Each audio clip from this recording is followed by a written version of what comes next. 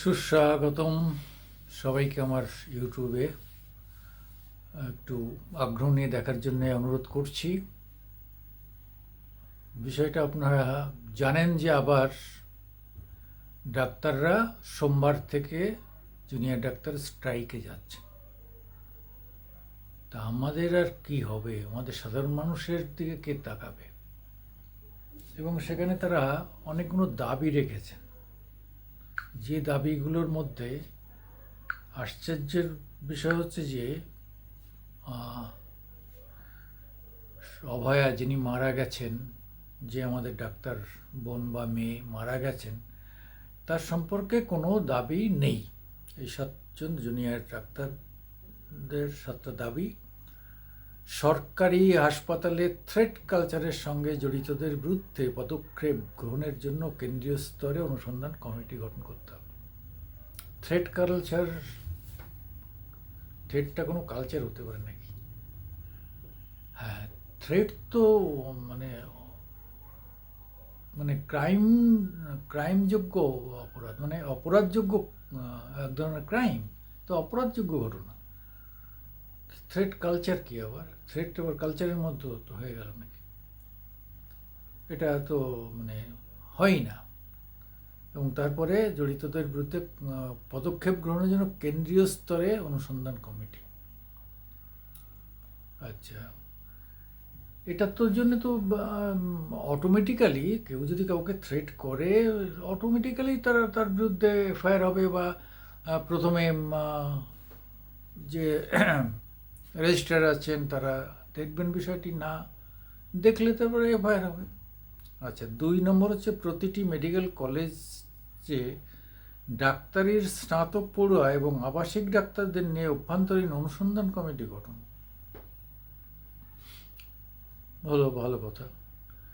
ডাক্তারদের নেই তো সব, এই অনুসন্ধান কমিটির দরকার কি? ডাক্তাররা তো নিজেরাই এই বিষয়গুলো নিজেরা বসে মেটাতে পারেন।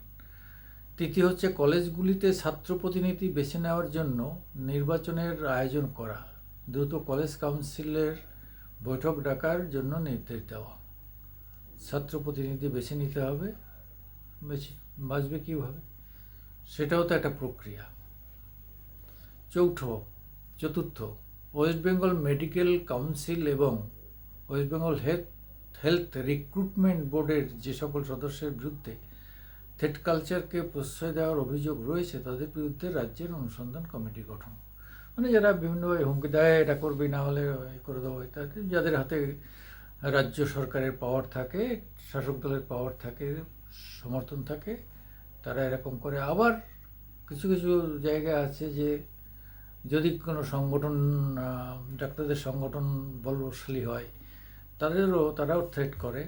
তারা সরকারকে পরোয়া করে না, তারাও থ্রেট করে। সুপ্রিম কোর্টের নির্দেশ পঞ্চমটা আর কি, সুপ্রিম কোর্টের নির্দেশ মোতাবেক প্রতিটি মেডিকেল কলেজে junior doctor, senior doctor, nursing এবং অন্য স্বাস্থ্যকর্মীদের প্রতিনিধিদের নিয়ে টাস্কফোর্স গঠন। খুব ভালো কথা, এটা করা উচিত। তাতে সব ধরনের মানে হসপিটাল সংশ্লিষ্ট সব ধরনের লোকেরই পাওয়া যেতে পারে। কলেজ কাউন্সিল, অভ্যন্তরীণ কমিটি, রোগী কল্যাণ সমিতি, র্যাগিং প্রতিরোধ কমিটিকে পরবর্তী 7টি কর্মদিবসের মধ্যে সক্রিয় করে তোলা। মানে এগুলো আপাতত ওই ঘটনার পরে সব মিয়ে গেছে, এটা আবার সক্রিয় করা, ভালো কথা বলেছে এটা। সপ্তম হচ্ছে ওয়েস্ট বেঙ্গল সার্ভিস রুল অনুযায়ী চিকিৎসক এবং স্বাস্থ্যকর্মীদের জন্য স্বচ্ছ এবং যথাযথ বদলি নীতি কার্যকর করা হবে। সবসময় বদলি নীতি সবসময় একটা কি বলবো, একটা ঘোলাটে বিষয়। কেন বদলি নীতি যা মানা হয়, কাগজ কলমে যা লেখা হয় সেটা মানা হয় না। ব্যক্তিগত সুযোগ সুবিধা, বিভিন্ন রকম সুবিধা নিয়ে, আর্থিক সুবিধা নিয়ে, শারীরিক সুবিধা নিয়ে, বহু ধরনের অনেক রকম সুবিধা নিয়ে তারপরে এই প্রমোশনের ব্যাপারগুলো হয় বলে দীর্ঘকাল ধরে এরকম একটা অভিযোগ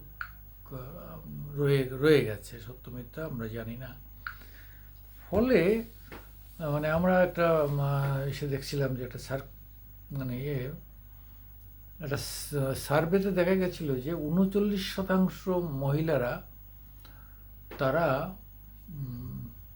নিজেদের প্রমোশন, ছুটি এবং অন্যান্য সুবিধা পাওয়ার জন্যে তারা বসেদের খুব অনুগত হন এবং তাদের সঙ্গে বসেদের কথা মেনে চলেন। ফলে তাহলে সবটাই যে আমরা যা দেখি সবটাই থ্রেট কালচার, হ্যান ত্যান, সবটাই যে একদম থ্রেট, ভয় দেখিয়ে সব কিছু হয়, অর্থের বিরুদ্ধে সব কিছু হয় তা নয়। সেগুলো তো হয়ই, কিন্তু এছাড়াও আরও অনেক রকম বিষয় আছে যেগুলো সেই জন্য সমস্ত সেকশনের, হসপিটালের সমস্ত সেকশনের কনসার্ন থাকলে তাহলে কেউ কাউকে দোষ দিয়ে পিঠ বাঁচিয়ে সরে যেতে পারবে না।